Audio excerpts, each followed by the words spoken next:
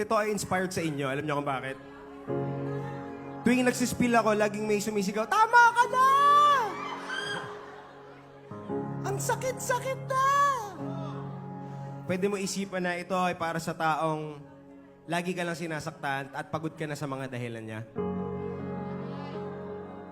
Na minsan kailangan mong piliin yung peace mo kaysa yung mapagod ka kakapaliwanag sa taong ayaw namang umintindi sa'yo.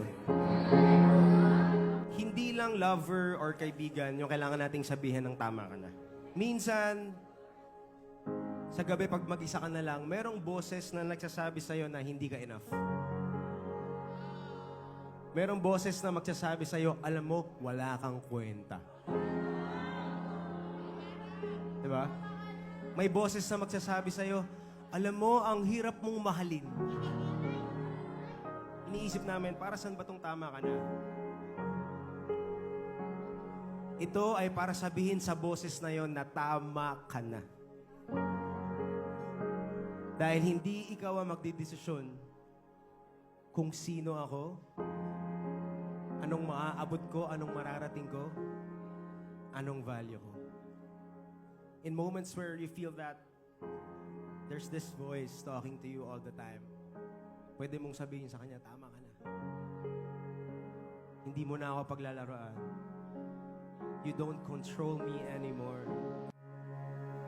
Tama ka na sa iyong mga alabay.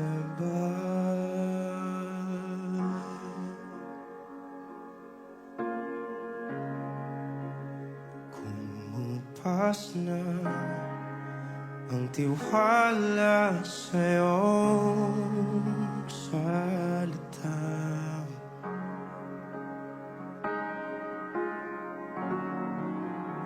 At kahit na iyong aminin, di mo na mababalikan ang lambay.